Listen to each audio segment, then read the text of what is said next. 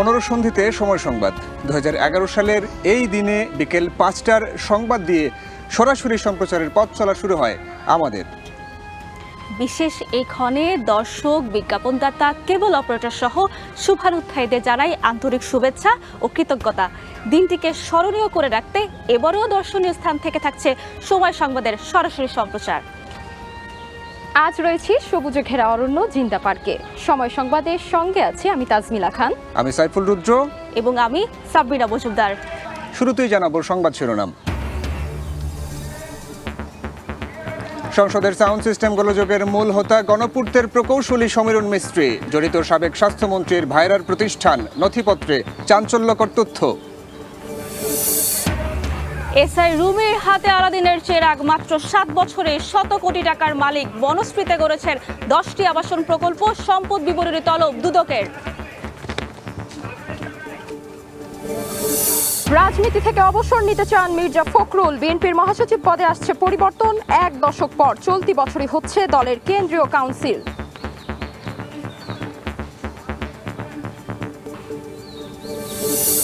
DNCC হাসপাতালে হাম উপসর্গে একদিনে রেকর্ড রোগী ভর্তি। র্যাশ হওয়ার 4 দিন আগে ঝুঁকি বাড়ে আক্রান্তের। জ্বর সর্দি হলে শিশুকে আইসোলেশনের পরামর্শ।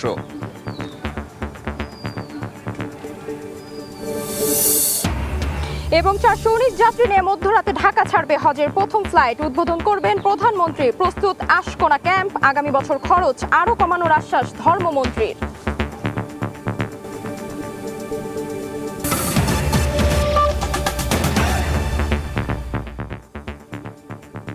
সংসদ অধিবেশন কক্ষে সাউন্ড সিস্টেম গোলযোগের মূল হোতা গণপূর্তের নির্বাহী প্রকৌশলী সমীরণ মিস্ত্রি।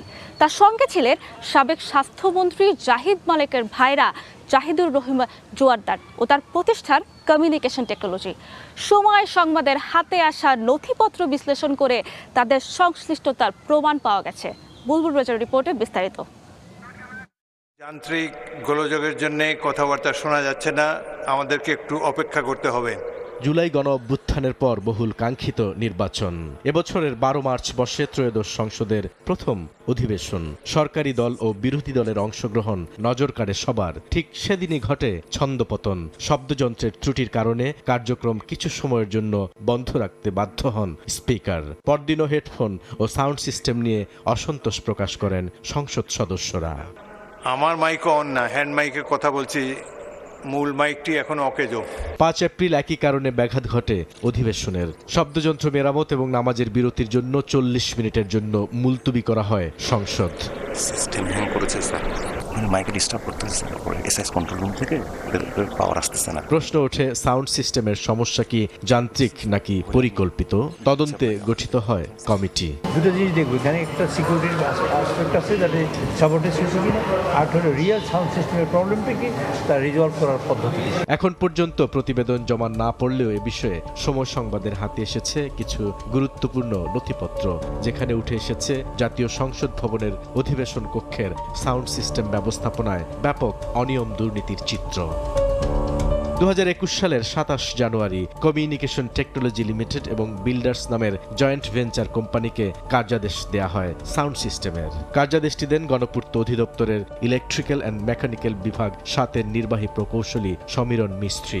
অনুমোদিত মূল্য ছিল প্রায় 10 কোটি টাকা। সিটিএল বিল্ডার্স এ কাজে যুক্ত করে সুর নামে একটি প্রতিষ্ঠানকে। কার্যাদেশ দেওয়ার পরের মাসে ফেব্রুয়ারিতে সুর ব্র্যান্ড আনুষ্ঠানিকভাবে সাউন্ড সিস্টেমে ব্যবহৃত পণ্যটি আর ব্যবহারের উপযোগী নয় বলে আনুষ্ঠানিকভাবে ঘোষণা দেন। কিন্তু কমিউনিকেশন টেকনোলজি লিমিটেড সেই ব্যবহার অনুপযোগী পণ্য দিয়েই 2022 সালে কাজ শেষ করে। অথচ এই কাজের সঙ্গে সুর ব্র্যান্ডকে যুক্ত করার কোনো সার্টিফিকেট কিংবা টেন্ডার ডকুমেন্টও দেখাতে পারেনি সিটিএল।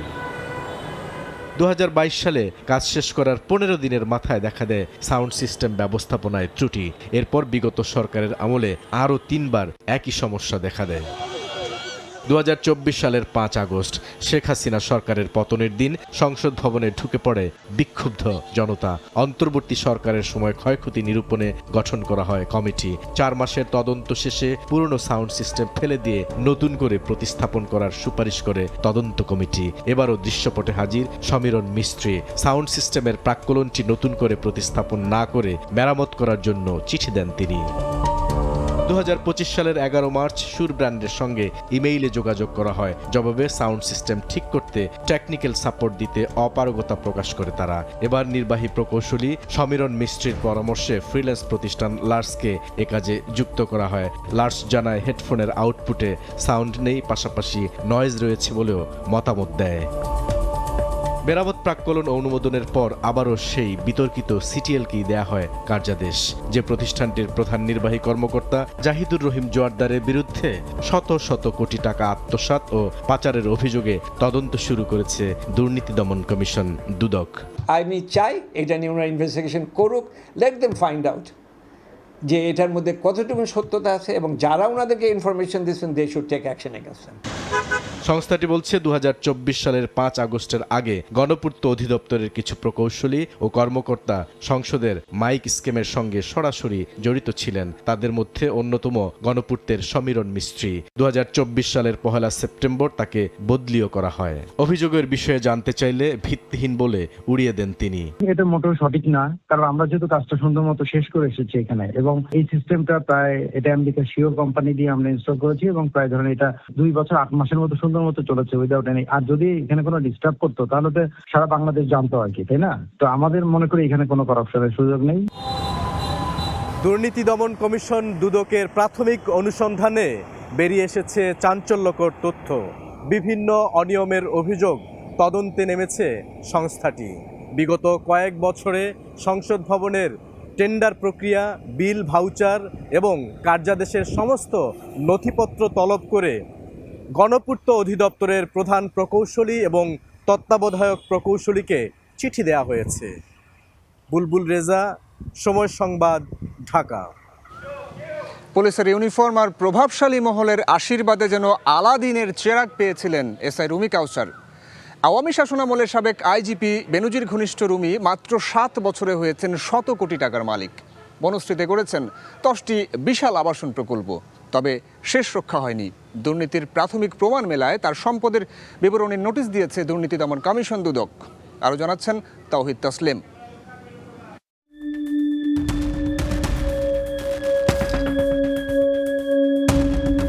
কিছু লোকের জায়গা আছে, তারাও জমির লেগে কান্তাছে, কম দামে পাইছে কিনছে, ভূমি তো সই বলা চলে আর কি। রাজধানীর দক্ষিণ বনশ্রীর কাজীবাড়ির পাশে টিএনডি টাওয়ার 14 তলা ভবনের 24টি ফ্ল্যাটেরই মালিক পুলিশ পরিদর্শক রুমি কাউসার ওরফে রুবেল। দক্ষিণ বনশ্রী বিশাল এই অট্টালিকায় 24টি ফ্ল্যাটের মালিকানা পুলিশ সদস্য কাউসার রুমির। তবে শুধু এই ভবনই নয়, রামপুরা বনশ্রী, আফতাবনগর, বাড্ডা, স্টাফ কোয়ার্টার সহ আরও একাধিক স্থানে বিশাল জমি ও প্লটের একাধিক চাঞ্চল্যকর তথ্য এসেছে সময় সংবাদের হাতে। পাশেই সাউদার্ন পার্ক প্রকল্প 3-এ রয়েছে তার মালিকানা, যদিও ফ্ল্যাটের শেয়ার বিক্রি করে দিয়েছেন বলে দাবি দায়িত্বরতদের। ওই পাশে ওই পুলিশের, তো এটাও কি পুলিশের ফ্ল্যাট? ওই যে ওই পাশে রুমি সাহেবের না কার বাসা? এটাও রুমি সাহেবের ছিল। দক্ষিণ বনশ্রীর এম ব্লকে নির্মাণাধীন এমআরটি কন্ডোমিনিয়াম নামের 4টি বহুতল ভবনেও রয়েছে তার বিপুল বিনিয়োগ। এর বিপরীতে ইস্টার্ন হাউজিং থেকে জমি কেনার তথ্যও মিলেছে সংশ্লিষ্টদের বক্তব্যে। কম দামে পাইছে কিনছে, কিনে তুলে দিছে, তারপরে দেখা গেছে এই জায়গার ভিতরে শেয়ার বিক্রি করছে। আমাকে ইস্টার্ন হাউজিং এর থেকে সামনের প্লটও কিনছে, সামনেও বিল্ডিং করব। পলাতক সাবেক আইজিপি বেনজির আহমেদের ঘনিষ্ঠ হিসেবে পরিচিত রুমি কাউসারের বিরুদ্ধে রয়েছে গুরুতর অভিযোগ। প্রভাবশালীদের ছত্রছায়ায় তদবির বাণিজ্য, জমি দখল ও অবৈধ সম্পদ অর্জন ছিল তার নৈমিত্তিক বিষয়। 2003 সালে এসআই হিসেবে যোগ দিলেও মাত্র 7 বছরেই পাল্টে যায় ভাগ্যের চাকা। 2022 সালে বেনজির অবসরে যাওয়ার পর যান ছুটিতে, তবে চালিয়ে যান আবাসন ব্যবসা। পরবর্তীতে চাকরিতে ফেরার কোনো তথ্য মেলেনি এই পরিদর্শকের। জুলাই অভ্যুত্থানের মামলা হলেও এখনও ধরাছোঁয়ার বাইরে রুমি কাউসার। সার্জেন্ট রুমি ভাই, স্বাধীন ভাই, এরা সঙ্গে বড় উপরে থেকে কথা কোন জানে, এরা খালি মালিক ডাক দিচ্ছে, সিএস বোঝে না, বেজাল বোঝে না, খালি দাও বালু বইরে হারা, এর ভিতরে এই যে শুরু। পুলিশের বড় বড় আইজি লেভেলের যারাই আসতো তাদের সাথেই ইনি মোটামুটি সম্পর্ক কইরেই বিভিন্ন আঙ্গিকে এই দেখা গেছে জবরদখলে জমি দস্যুই, ভূমিদস্যুই বলা চলে আর কি, ওইভাবে করে করছে। অনুসন্ধান বলছে মেরাদিয়া থেকে ডেমরা স্টাফ কোয়ার্টার পর্যন্ত সড়কের পাশে একের পর এক প্রকল্প, প্রকাশ্যে দাঁড়িয়ে আছে তার সাম্রাজ্য। সাউদার্ন পার্ক প্রজেক্টের 1 থেকে 6 নম্বর পর্যন্ত, এমনকি 80 কাঠার সাউদার্ন স্বাধীনতা টাওয়ারেও আছে তার মালিকানা, যেগুলো বিক্রি করেছেন সহকর্মী ও স্বজনসহ বিভিন্ন শ্রেণীর মানুষের কাছে। অভিযোগ আছে পটুয়াখালীর কলাপাড়ায় জন্ম নেওয়া এই পুলিশ কর্মকর্তা শুধু ঢাকায় নয়, বিদেশেও বিস্তার করেছেন ব্যবসা। শেখের জায়গা, বনশ্রী, আফতাবনগর, এই বেল্টেই বেশি প্রজেক্ট। দুবাইতে ওনার বিজনেস আছে, ওনার এক বন্ধু আছে সাইফুল, উনি সহ দুবাইতে ল্যান্ডের ব্যবসা আছে। মালিক মনে করেন 120 জন, 120 জন কেটে কিনছে, এটা আমি সঠিক জমিতে রাখার পর সে মনে করেন 40-45 জন মানে টাকা নিয়ে বিক্রি করে দেবে। বনশ্রীর মৈত্রী ভবনে তার বসবাস করার তথ্য পায় সময় সংবাদ। তবে ক্যামেরার সামনে আসেননি রুমি কাউসার। আগে আপনি আমার সাথে কথা বলেন, আপনি কাজ করেন, সন্ধ্যার পর আমার সাথে কথা বলেন। এদিকে কারণে ওদিকে পুলিশ প্লাজা, এদিকে আশেপাশে কথা বলি বলেন। দুদক বলছে রুমির অস্বাভাবিক সম্পদের উৎস খতিয়ে দেখা হচ্ছে। বিশ্লেষকরা বলছেন সরকারি চাকরি করে এত সম্পদের মালিক হওয়া অস্বাভাবিক।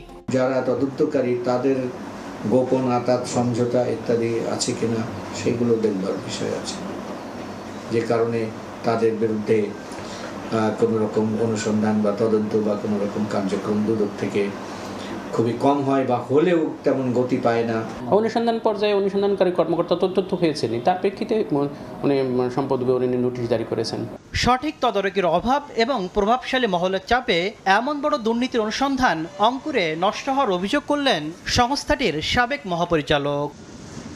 তাসলিম তৌহিদ, সময় সংবাদ, ঢাকা। বিএনপির মহাসচিব পদে আসছে পরিবর্তন। 1 দশক পর চলতি বছরেই হতে যাচ্ছে দলের কেন্দ্রীয় কাউন্সিল। সময় সংবাদকে একান্ত সাক্ষাৎকারে মির্জা ফখরুল ইসলাম আলমগীর এই তথ্য জানিয়েছেন। কাউন্সিলের পর রাজনীতি থেকে অবসর নেওয়ার কথাও জানান বিএনপি মহাসচিব। ইমরুল হাসানের রিপোর্ট।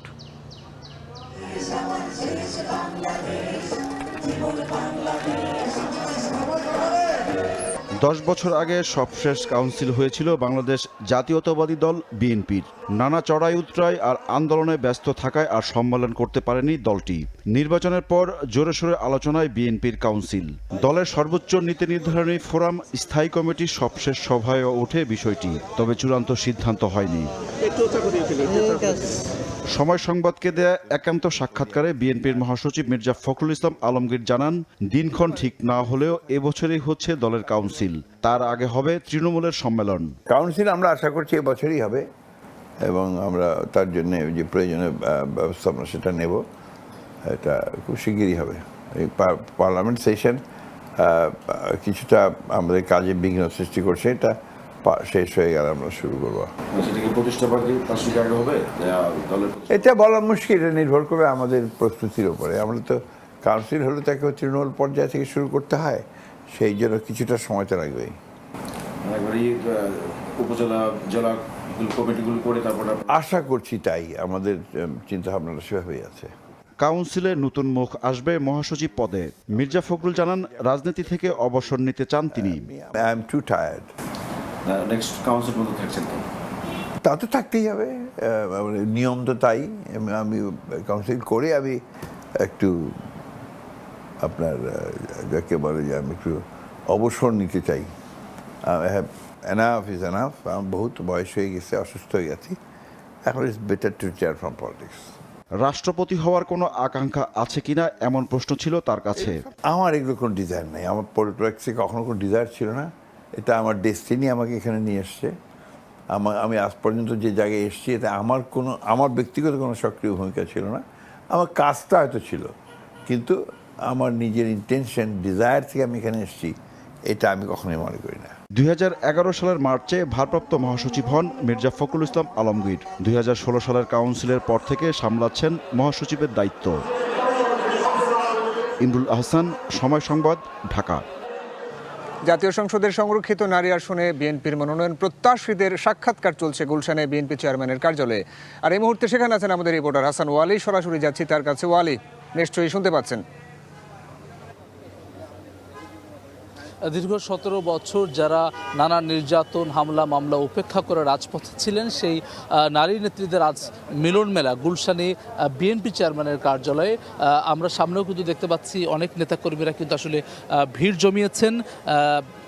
3:15টায় বিএনপি চেয়ারম্যান ও প্রধানমন্ত্রী তারেক রহমানের সভাপতিত্বে মনোনয়ন বোর্ডের যে সেটি শুরু হয়েছে এবং ধারাবাহিকভাবে কিন্তু বিভিন্ন জেলা থেকে আগত যারা মনোনয়ন প্রত্যাশী সংরক্ষিত নারী আসনে তাদের সাক্ষাৎকার সেটি চলছে। আজকে 5টি বিভাগ রংপুর, রাজশাহী, খুলনা, ফরিদপুর, বরিশালে এই 5টি বিভাগের যারা মনোনয়ন প্রত্যাশী রয়েছেন তারা আমন্ত্রিত হয়েছেন এবং তারা সাক্ষাৎকার অংশ নিয়েছেন। সাক্ষাৎকার দিয়ে বের হয়ে তারা আসলে তাদের প্রত্যাশার কথা বলেছেন, তাদের ত্যাগের কথা বলেছেন এবং মনোনয়ন বোর্ডেও সেটি জানতে চাওয়া হয়েছে, তেমনটি কিন্তু আমাদেরকে জানিয়েছেন। বিএনপি চেয়ারম্যান ও প্রধানমন্ত্রী তারেক রহমান সভাপতিত্ব করছেন। এর বাইরে স্থায়ী কমিটির সদস্যরা রয়েছেন। মনোনয়ন বোর্ডে বিএনপি সিনিয়র যুগ্ম মহাসচিব রুহুল কবির রিজভী রয়েছেন। তিনি এর আগে অর্থাৎ 3:15টার আগে কথা বলেছেন গণমাধ্যমের সঙ্গে, যেখানে জানিয়েছেন দীর্ঘদিনের যে আন্দোলন সংগ্রামে যাদের ভূমিকা ছিল সেটি বিবেচনা করবেন এবং একসঙ্গে আইন প্রণয়ন এবং সংসদে কথা বলার ক্ষেত্রে যারা ভূমিকা রাখতে পারবেন এমন নারী নেত্রীদেরকে আসলে মনোনয়ন দেওয়া হবে, এমনটি কিন্তু আসলে আমাদেরকে তিনি জানিয়েছেন। আমরা জানি যে এর আগে গত 10, 11 এবং 12 এপ্রিল মোট 3 দিনে বিএনপি দলীয় মনোনয়ন ফর্ম বিক্রি হচ্ছে, যেখানে 1300টি ফর্ম বিক্রি হয়। এর মধ্যে 900টি মনোনয়নপত্র জমা পড়ছে, অর্থাৎ 900 জন কিন্তু আসলে মনোনয়ন প্রত্যাশী রয়েছেন। 36টি আসন পাবে 50টির মধ্যে বিএনপি, যেহেতু বিএনপির সংখ্যাগরিষ্ঠতা অর্জন করে সরকার গঠন করেছে, সেই 36টি আসনের বিপরীতে প্রায় 900 জন আসলে মনোনয়নপত্র জমা দিয়েছে। সবারই প্রত্যাশা তাদের যে বিগত দিনের যে ত্যাগ তিতিক্ষা আন্দোলন সংগ্রামে তারা রাজপথে ছিলেন সেটির উপরে নির্ভর করেই যাতে করে আসলে মনোনয়ন দেওয়া হয় তেমন প্রত্যাশা কিন্তু তারা করছেন। আগামীকাল অর্থাৎ আজকে 5টি বিভাগের পরে আগামীকালকে কিন্তু বাকি বিভাগগুলোর মনোনয়ন প্রত্যাশী যারা রয়েছেন তাদের সাক্ষাৎকার পর্ব গুলশানে বিএনপি চেয়ারম্যানের কার্যালয়ে চলবে, সেটি কিন্তু আসলে এখন পর্যন্ত আমরা জানতে পেরেছি। দর্শক, সরাসরি যুক্ত ছিলাম বিএনপির গুলশান কার্যালয় থেকে। বিভিন্ন অভিযোগ তুলেছেন বিরোধী দলীয় নেতা ডাক্তার শফিকুর রহমান। মগবাজারে জামায়াতের জেলা ও মহানগর আমির সম্মেলনে তিনি দাবি করেন সংসদে বিরোধী দলের কণ্ঠ রোধ করা হচ্ছে। হাম ও জ্বালানি সংকট নিয়ে সরকারের ভূমিকার সমালোচনাও করেন জামায়াতে আমির।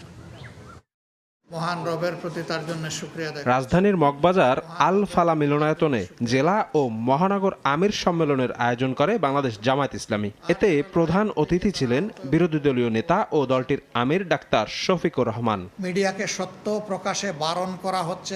উদ্বোধনী আয়োজনে বক্তব্য দেন জামায়াত আমির। তার অভিযোগ, অন্তর্বর্তী সরকারের যোগ সাজশে কারচুপি হলেও দেশের স্বার্থে ভোটের ফল মেনে নিয়েছে 11 দলীয় ঐক্য। সংবিধানের দোহাই দিয়ে নতুন করে ফ্যাসিবাদ কায়েমের অপচেষ্টা হচ্ছে বলেও জানান তিনি। ব্যাপক অনিয়ম করে জনগণের প্রত্যাশার কবর রচনা করা হয়েছে। এত বড় দলীয় বা জোটগত ক্ষতি আমরা মেনে নিয়েছি বৃহত্তর স্বার্থে। যে যে জায়গায় সংবিধানের বর্তমান অবস্থানকে পরিবর্তন করার জন্য অধ্যাদেশ জারি হয়েছে সেই জায়গাগুলো বিএনপি বদলাতে চায় না, অর্থাৎ ওই জায়গাগুলো রেখে দিয়ে ফ্যাসিবাদী কায়দায় তারা হয়তো দেশ চালাতে চায়। ডাক্তার শফিকুর রহমানের দাবি, সংসদে বিরোধী দলের কণ্ঠরোধ করা হচ্ছে। জ্বালানি ও স্বাস্থ্য খাতে সরকারের অব্যবস্থাপনার সমালোচনা করেন তিনি। আমাদেরকে যখন সংসদে ন্যায্য বিষয়ে কথা বলতেই দেওয়া হবে না, তখন আমাদের জায়গা থাকে রাজপথ। জ্বালানি সংকট নাই, অথচ লোডশেডিং এখন মিনিমাম 6 ঘন্টা, ম্যাক্সিমাম 10 ঘন্টা। বিভিন্ন রাষ্ট্রীয় প্রতিষ্ঠানে রাজনৈতিক হস্তক্ষেপের মাধ্যমে গণতান্ত্রিক পরিস্থিতি প্রশ্নবিদ্ধ হচ্ছে বলেও মন্তব্য করেন জামায়াত আমির। আমরা দেশবাসীকে বলবো সতর্ক হন। শফিক মুন্সি, সময় সংবাদ, ঢাকা। জোর করে এটাও ফেলে দেওয়া হলো। 900 বছর আগে বাংলার প্রথম রাজধানী পানামনগর। মুসলিমের গল্পগাথা থেকে জামদানি, প্রাচ্যের ড্যান্ডি খ্যাত নারায়ণগঞ্জ এখন দেশের অর্থনীতির নির্ভরযোগ্য শক্তি।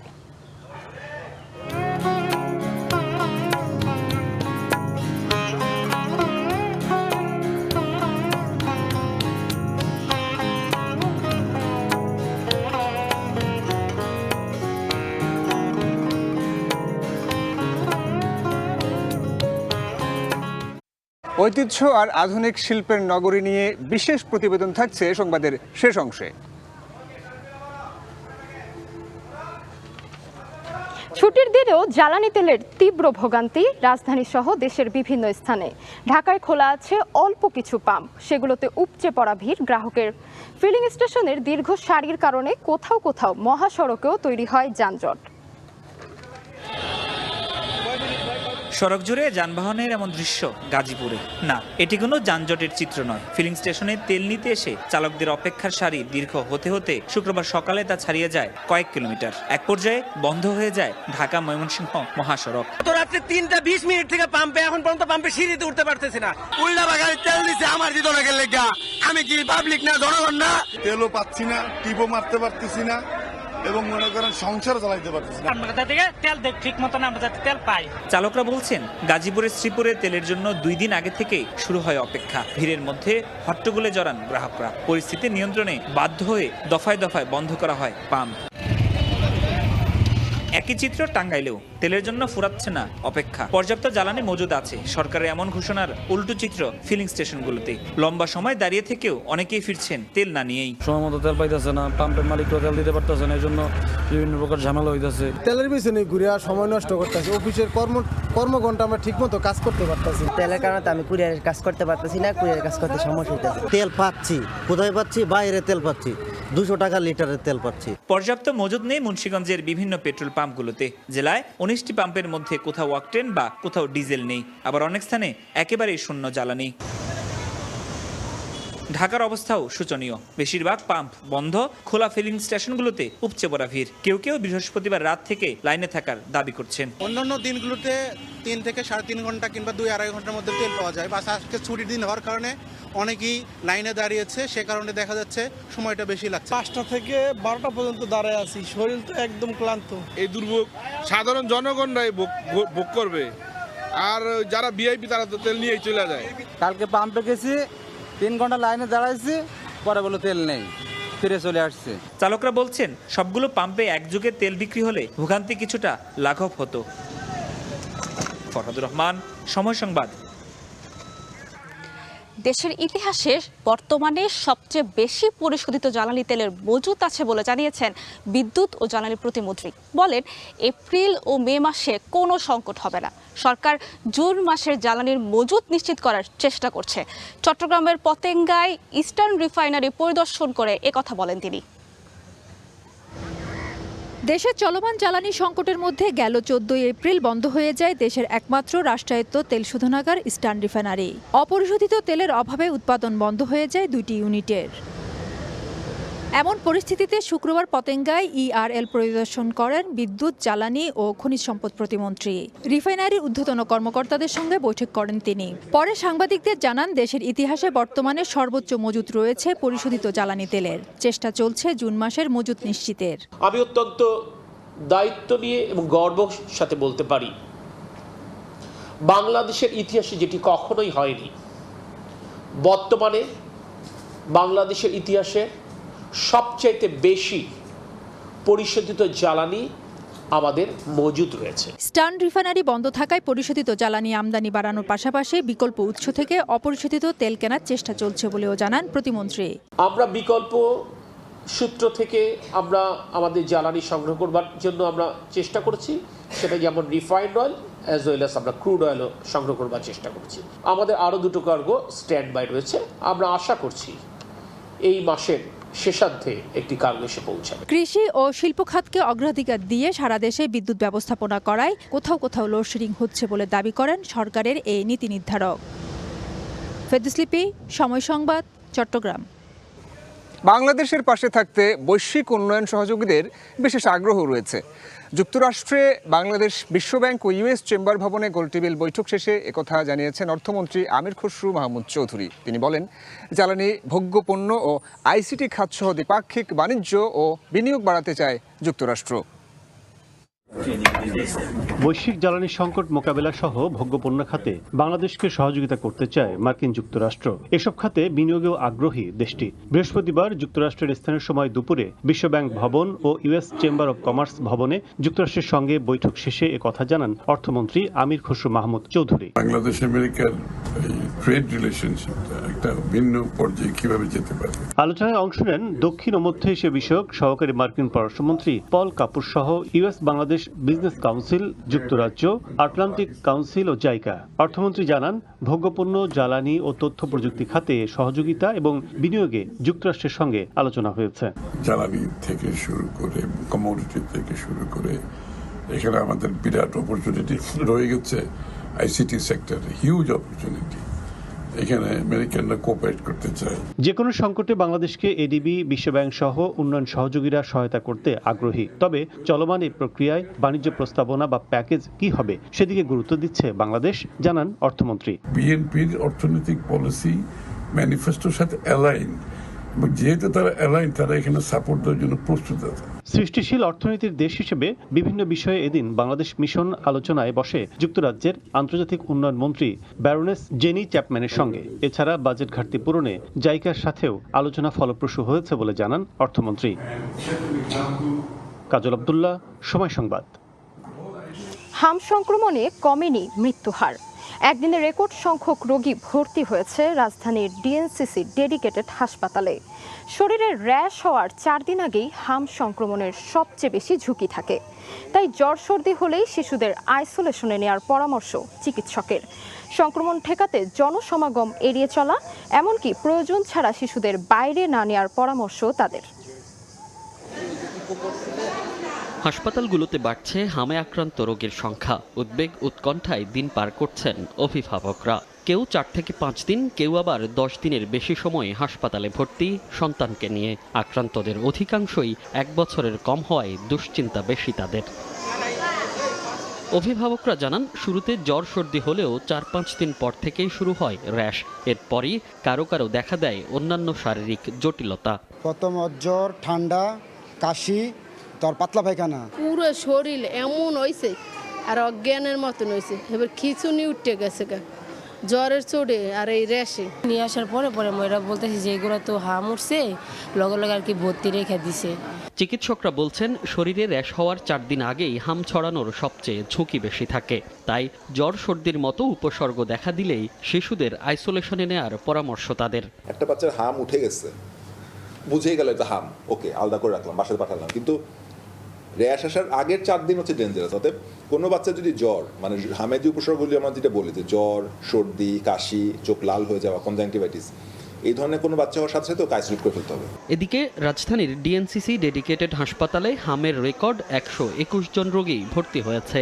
এ নিয়ে হাসপাতালটিতে ভর্তি 420 জন। 420 জনের জন্য আমরা ডক্টর সেই তুলনায় আসলে অনেক কম।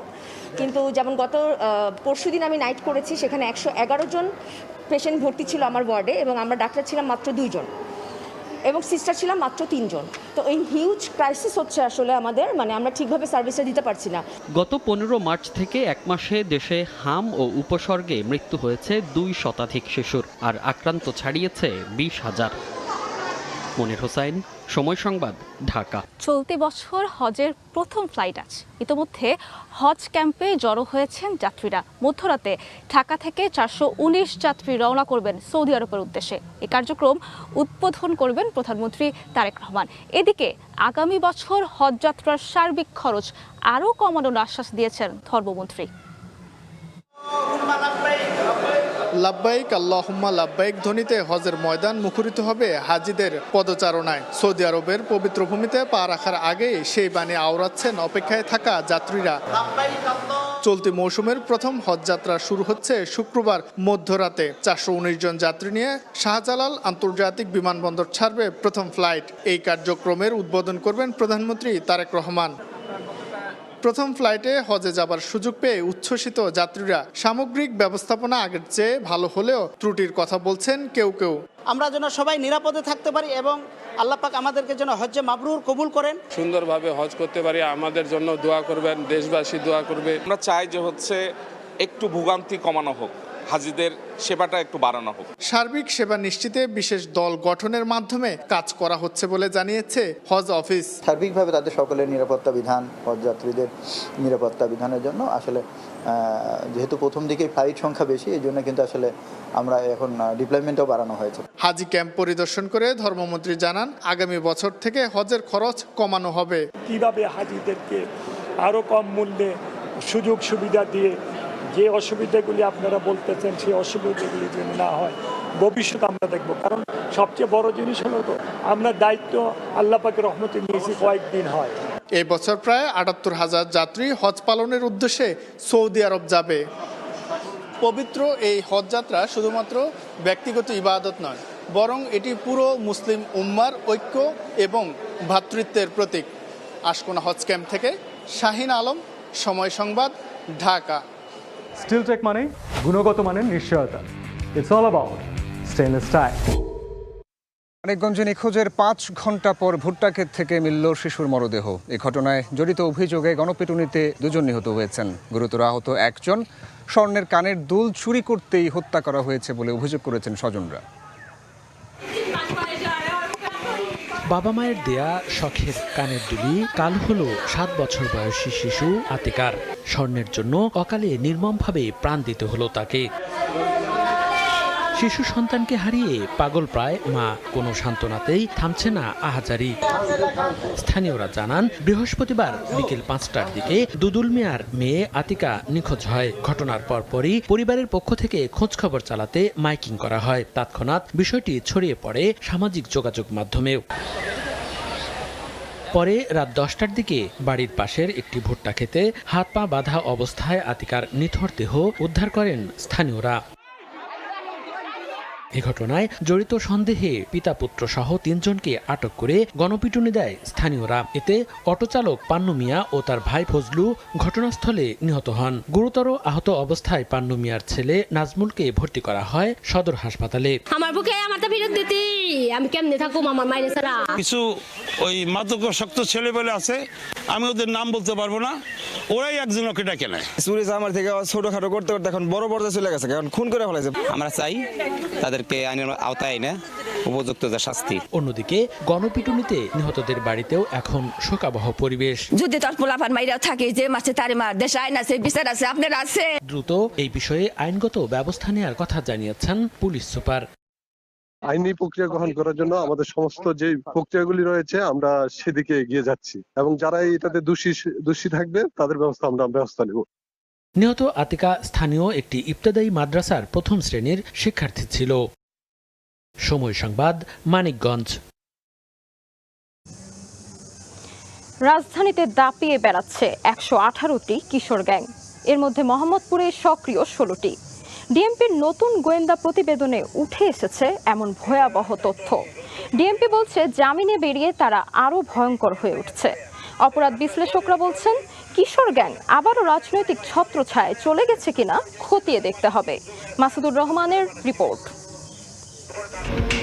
১২ এপ্রিল বিকেল ৪টা, রাজধানীর মোহাম্মদপুরের বুদ্ধিজীবী রোডের বেরিবাদ ঢাল। কিশোর গ্যাং আরমান শাহরুখ গ্রুপের সদস্যরা চড়াও হয় অ্যালেক্স ইমন গ্রুপের ওপর। সংঘর্ষের এক পর্যায়ে পালাতে চেষ্টা করলে মাটিতে লুটিয়ে পড়ে ইমন। একা পেয়ে কুপিয়ে গোড়ালি কেটে নেয় আরমান শাহরুখ গ্রুপের সদস্যরা। পরে হাসপাতালে নিলে মারা যায় ইমন। এর আগে রাজধানীর আদাবরে ফিল্মি স্টাইলে এক কুরিয়ার কর্মীকে কুপিয়ে সর্বস্ব লুটে নেয় আরেক কিশোর গ্যাং। চাপাতির মুখে রাস্তায় থাকা অন্য সবার মোবাইল, নগদ টাকাও লুটে নেয় তারা। দিন যত গড়াচ্ছে ততই নৃশংস হয়ে উঠছে কিশোর গ্যাংয়ের সদস্যরা। একসময় কবজি কাটা আনোয়ার গ্যাং ছিল মোহাম্মদপুরের আতঙ্ক। এই এলাকার নতুন আতঙ্কের নাম গোড়ালি কাটা আরমান শাহরুখ গ্রুপ। সম্প্রতি কিশোর গ্যাংয়ের এক সদস্যকে এই জায়গায় কুপিয়ে নৃশংসভাবে হত্যার পর আবারও সামনে এসেছে কিশোর গ্যাংয়ের অপতৎপরতা। ডিএমপির গোয়েন্দা প্রতিবেদন বলছে, অ্যালেক্স ইমন ও আরমান শাহরুখ ছাড়াও পাটালি, লেভেল হাই, কবজিকাটা আনোয়ার, আর্মি আসলাম নবী, এছাড়াও ডাইলা, আকবর, গাংচিল, টক্কল্লাও সহ মোহাম্মদপুরে 16টি গ্রুপ সক্রিয়।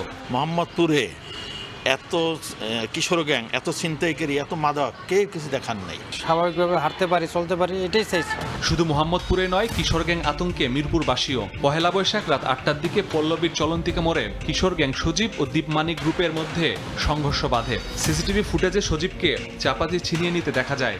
পরে দীপমানিক গ্রুপের সদস্যরা সজীবকে কুপিয়ে গুরুতর জখম করে পালিয়ে যায়। স্বজনদের দাবি, সজীব গ্যাংয়ের সদস্য নয়, দীপমানিকের বিচার চায় তারা।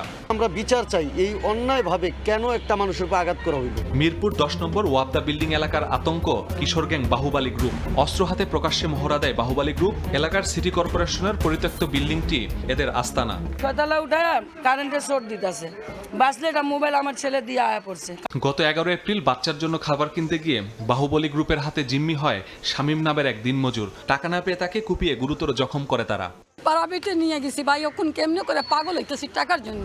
ডিএমপির বিভাগওয়ারি তথ্য বলছে কিশোর গ্যাং সবচেয়ে বেশি মিরপুর বিভাগে 32টি, তেজগাঁও বিভাগে 26টি, সবচেয়ে কম রমনা বিভাগে 6টি গ্যাং সক্রিয়। থানা হিসেবে সবচেয়ে বেশি মোহাম্মদপুরে 16টি, এরপরে পল্লবী থানায় 14টি, দারুসালাম ও বনানীতে আছে 6টি করে গ্যাং। ডিএমপির অতিরিক্ত কমিশনার জানান কিশোর আইনের মার পেছে তারা জামিনে বেরিয়ে ফের অপরাধে জড়াচ্ছে। 5 আগস্টের পরে অনেক কিশোর গ্যাংয়ের সদস্য ধরা পড়ছিল, তারা জেলখানাতেও ছিল। বাই দিস টাইম অনেকেই জামিন হয়ে বের হয়ে পড়ছে। অপরাধ বিশ্লেষকরা বলছেন বিগত সময়ে রাজনৈতিক পৃষ্ঠপোষকতায় বেপরোয়া ছিল এসব এলাকাভিত্তিক গ্যাং। তবে নতুন সরকার গঠনের পর তারা ফের রাজনৈতিক প্রশ্রয় পাচ্ছে কিনা তা খতিয়ে দেখতে হবে। বিগত দিনের রাজনৈতিক সরকার এই রাজনৈতিক প্রেক্ষাপটে কিশোর গ্যাংয়ের সাথে তাদের অনেকেই সম্পৃক্ত হয়ে তারা পুরো ব্যবস্থাকে বিতর্কিত করে ফেলেছে। কিশোর অপরাধ বন্ধে দেয় গ্যাংয়ের রাজনৈতিক মদতদাতাদের আইনের আওতায় আনার পরামর্শ বিশ্লেষকের। মাসুদুর রহমান, সময় সংবাদ, ঢাকা। চাঁদাবাজির লাগাম টেনে ধরতে কড়াকড়ি থাকলেও সিলেটে পরিবহন খাতে চাঁদাবাজি যেন ওপেন সিক্রেট। কোথাও রসিদ নিয়ে আবার কোথাও রসিদ ছাড়াই নিয়মিত আদায় হচ্ছে চাঁদা। তবে ভিন্ন মত রয়েছে পরিবহন মালিক শ্রমিকদের। আর পুলিশের দাবি চাঁদাবাজি হচ্ছে না কোথাও। আমিরুল ইসলামের প্রতিবেদন, ছবি তুলেছেন দিগেন সিংহ।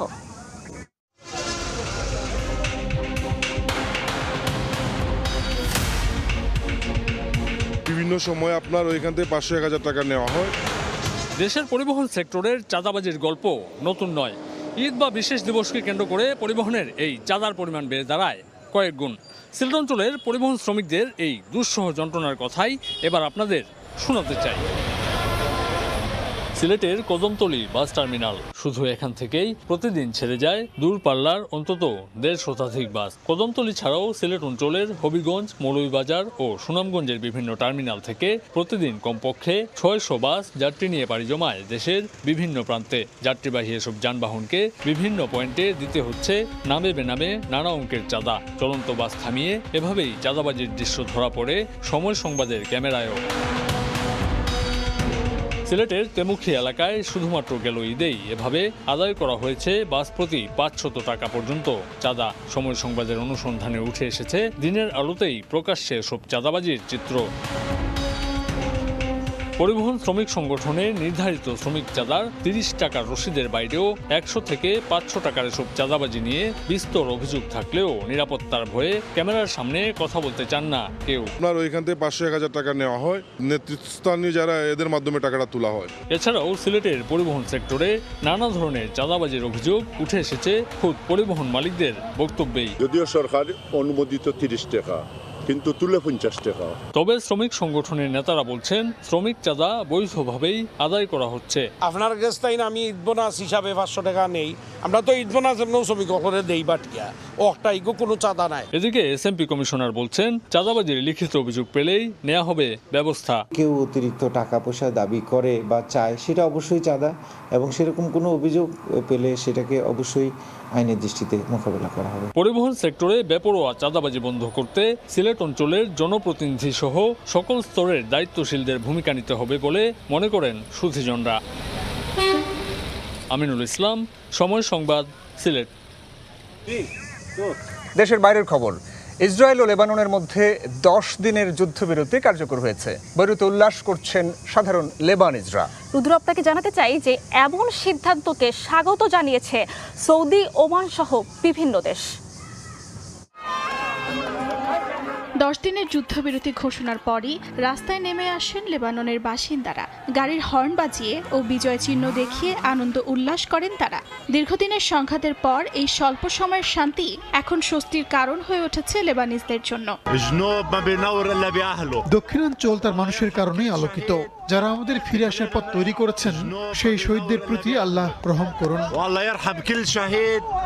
যুদ্ধবিরতি আনুষ্ঠানিকভাবে কার্যকর হওয়ার 1 ঘন্টারও কম সময়ের মধ্যে তা লঙ্ঘনের অভিযোগ উঠেছে। লেবাননের জাতীয় সংবাদ সংস্থা এনএনএ জানায়, দক্ষিণ লেবাননের খিয়াম ও দিব্বিন শহরে ইসরায়েল গোলাবর্ষণ করে। পাশাপাশি ওই এলাকায় ব্যাপক সামরিক তৎপরতা চালানো হয়। এছাড়া পশ্চিম বেকা উপত্যকায় ইসরায়েলি নজরদারি বিমান ব্যাপকভাবে সক্রিয় রয়েছে বলে জানায় এনএনএ।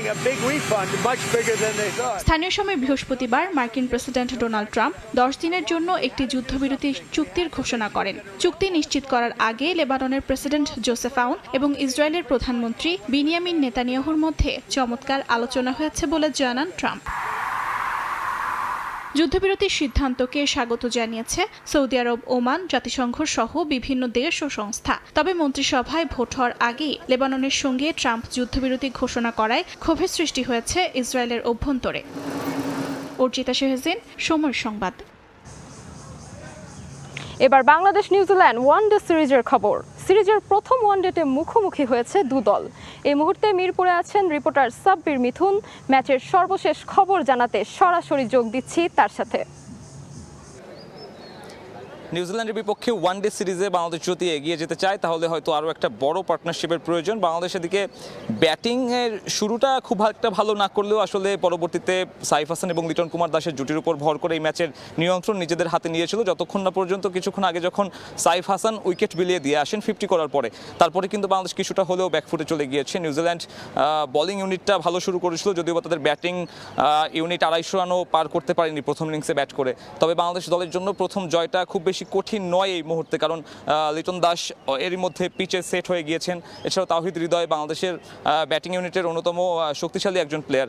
তাদের উপর ভর করে কিন্তু এই ম্যাচ জেতাটাই উচিত হবে বাংলাদেশের, যদি না শেষ মুহূর্তে কোনো অঘটন ঘটে। এবং এই সন্ধ্যাবেলার শেষ মুহূর্তটাই কিন্তু এতক্ষণে এই দুইজন সেট ব্যাটসম্যান যখন নিউজিল্যান্ড বোলারদের কিছুক্ষণ সামলাচ্ছেন তখন কিন্তু তাদের জন্য এই পিচে বলটাও আসলে সহজ হয়ে যাচ্ছে আগের তুলনায়। এবং সেই সেট দুইজন ব্যাটসম্যান যদি আরও একটা বড় পার্টনারশিপ করতে পারে তাহলে এই ওয়ানডে সিরিজের শুরুটা কিন্তু বাংলাদেশের দারুণ হবে। এবং বাংলাদেশও 3 ম্যাচ সিরিজের প্রথম ম্যাচে জিতে সিরিজের লিড নিতে পারবে। এবং যেমনটা জানেন এই মাঠেই কিন্তু দ্বিতীয় ম্যাচে অনুষ্ঠিত হবে, যেখানে আসলে আমরা খুব একটা দর্শক বেশি আজকে দেখিনি, যেহেতু সকালবেলায় ম্যাচ শুরু হয়েছে। তবে এই দিনের বেলা যত গড়িয়েছে তত কিন্তু দর্শকের সংখ্যা বেড়েছে মাঠে, এবং ধারণা করা হচ্ছে দ্বিতীয় ম্যাচের চিত্রই অনেকটা এরকমই থাকবে। তবে বাংলাদেশ যদি এই সিরিজটা জয় দিয়ে শুরু করতে পারে তাহলে হয়তো দর্শকদের মাঝেও আগ্রহ আরও বেড়ে যাবে এবং দ্বিতীয় ম্যাচে আজকের থেকে বেশি উপস্থিতি দেখা যাবে।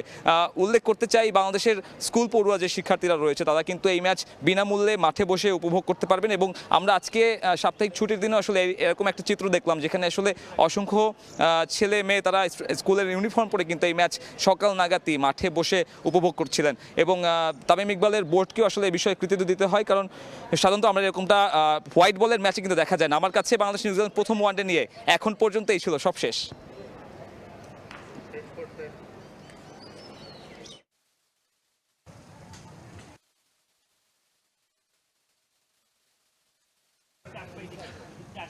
বাংলাদেশ নিউজিল্যান্ড ম্যাচের খবরাখবর জানাচ্ছিলেন সহকর্মী সাব্বির মিথুন।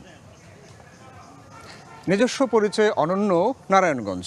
900 বছর আগে যেখানে বাংলার প্রথম রাজধানী স্থাপন করেছিলেন ইশাখা, সোনারগাঁয়ের পানাম নগরী শুরু হয়েছিল মসলিনের গল্পগাথা। ঐতিহ্য আর আধুনিক শিল্পায়নে প্রাচ্যের ডান্ডিখ্যাত শহরটি এখন অর্থনীতির নির্ভরযোগ্য শক্তি। ওমর ফারুকের ছবিতে ইয়ানুর সিফাতের রিপোর্ট।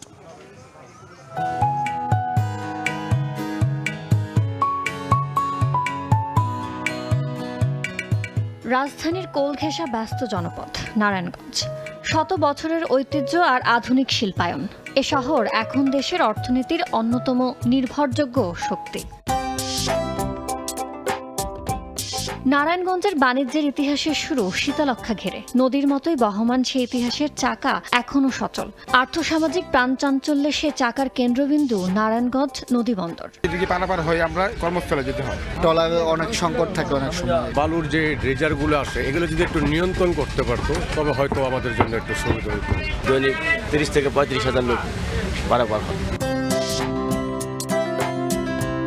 নিতাইগঞ্জ আর ডালপট্টি, এখানে মিলে দেশের নানা প্রান্ত থেকে আসা পণ্যের স্রোত। তারপর ছড়িয়ে পড়ে দেশের আনাচে কানাচে। প্রতিদিন চাউল বিক্রি হয় প্রায় 10,000 বস্তা। অনেক কোম্পানি হয়ে গেছে, কোম্পানি হওয়ার পরে কাস্টমাররা এখন আগের মতো আর নারায়ণগঞ্জে আসে না। একসময়ের বস্ত্র ব্যবসার একমাত্র প্রাণকেন্দ্র টানবাজার। এখনো ভোর থেকে রাত হয় দরদাম আর লেনদেনে। এটাই দেশের বৃহত্তম সুতা ও কাপড়ের পাইকারি বাজার। নারায়ণগঞ্জ যদি মার্কেট ধরা হতো সেটা হলো টানবাজার। ওরকম পাইকারি এখন আমাদের এখানে বিক্রি হয় না। আমাদের এই সুতাগুলো এই কোনাবাড়ি, গাজীপুর, সাভার থেকে আসে। আমাদের যারা নেয় এরা সিরাজগঞ্জ বা কুষ্টিয়া বিভিন্ন জায়গায় বেচে। শিল্পের ছন্দে মুখর ফতুল্লা, পাইকপাড়া আর চাষারা। বিশেষ করে ফতুল্লা জুড়ে গড়ে উঠেছে নিটওয়্যার কারখানা। তৈরি হচ্ছে রফতানি পোশাক, যাচ্ছে বিশ্ববাজারে, যা শুধু অর্থনীতিকে শক্তিশালী করেনি, সৃষ্টি করেছে লাখো মানুষের কর্মসংস্থান। এখানে কাজ করে আমাদের পরিবার ভালো চলতেছে। শিল্প খাত যত উন্নত হবে তত আমাদের জন্য সুবিধা হবে। যদি কয়েকটা সেন্ট্রাল ইটিপি করে পরিবেশ দূষণ থেকে দেশটাকে রক্ষা করা যায়, নদীগুলিকে পানি দূষণ থেকে রক্ষা করা যায়। ইতিহাসের পাতায় নারায়ণগঞ্জের পরিচয় পাটের শহর। আদমজি জুট মিল ঘিরে গড়ে উঠেছিল এক সময়ের বিশ্ববিখ্যাত শিল্পকেন্দ্র। সময়ের পালা বদলে সে জল্লুস হয়তো ম্লান হয়েছে, কিন্তু পাট শিল্পের ঐতিহ্য এখনো বহন করে চলেছে এই জনপদ। এখন শিল্পায়নের নতুন পথ তৈরি হচ্ছে রূপগঞ্জ ২৫০০কে কেন্দ্র করে। ভারী শিল্প থেকে কেমিক্যাল, খাদ্য প্রক্রিয়াজাতকরণ, সব মিলিয়ে এখন নতুন সম্ভাবনার দুয়ার খুলছে এখানে। ঐতিহ্যের সূক্ষ্ম বুননে অনন্য সোনারগাঁও। বিশ্বজুড়ে বাংলাদেশের সংস্কৃতির প্রতীক জামদানি শাড়ির জন্ম এখানে। প্রজন্ম থেকে প্রজন্মে ছড়িয়ে পড়ায় শিল্প শুধু সংস্কৃতিই নয়, অর্থনীতিতেও গুরুত্বপূর্ণ ভূমিকা রাখছে। এই কাজের বিনিময়ে পারিশ্রমিক টাকাটা আমরা পাই না। সুতার দাম বাড়ছে দেখে আমরা শাড়ির দামও বাড়তে, মানে শাড়ির দাম বাড়তে দেখে আমরা তো বিক্রি করতে পারি না। সুদবিহীন একটা ঋণ চাচ্ছি সরকারের কাছে আমরা, আর সোডিয়াম সল্টটা উন্মুক্ত করে দেয় দ্রুত, যাতে আমরা আমদানি করে এই সব মালামাল আমরা উৎপাদন করতে সক্ষম হই। ১২ ভূঁইয়াদের প্রধান প্রতাপশালী শাখা ১৫ শতকের শুরুর দিকে সোনারগাঁয়ে বাংলার প্রথম রাজধানী স্থাপন করেন। সোনারগাঁয়ের পানাম নগর ছিল মুসলিম ব্যবসার প্রাণকেন্দ্র। এখানকার স্থাপত্য আর ঐতিহাসিক নিদর্শন মনে করিয়ে দেয় এ অঞ্চলের গৌরবের ইতিহাস। উৎপাদন থেকে সরবরাহ মিলে নারায়ণগঞ্জ হয়ে উঠেছে এখন দেশের অন্যতম ব্যবসার কেন্দ্র। নারায়ণগঞ্জ ঐতিহ্যে সমৃদ্ধ, শিল্পে অগ্রগামী, অর্থনীতির অগ্রদূত। নদী বন্দর থেকে শুরু করে গার্মেন্টস, আবার ঐতিহ্যবাহী জামদানির মতো হস্তশিল্প, সব মিলিয়ে এটি এক অনন্য বাণিজ্যিক কেন্দ্র। এভাবেই ঐতিহ্য আধুনিকতার মেলবন্ধনে প্রাচ্যের ড্যান্ডিখ্যাত নারায়ণগঞ্জ আজ কেবল একটি শহর নয়, পরিণত দেশের অর্থ বাণিজ্যের শক্তিশালী ভিত। জানুর শিফাত, সময় সংবাদ, নারায়ণগঞ্জ। এই পর্যায়ে শীর্ষ সংবাদগুলো জানাবো আরও একবার।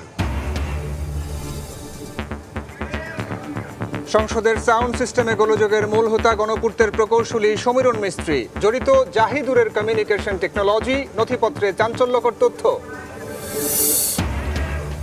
এসআই রুমির হাতে আলাদিনের চেরাগ, মাত্র ৭ বছরের ১০০ কোটি টাকার মালিক, বনশ্রীতে গড়েছেন ১০টি আবাসন প্রকল্প, সম্পদ বিবরণী তলব দুদকের।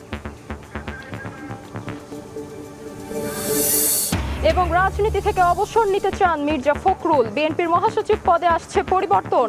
১ দশক পর চলতি বছরেই হচ্ছে দলের কেন্দ্রীয় কাউন্সিল।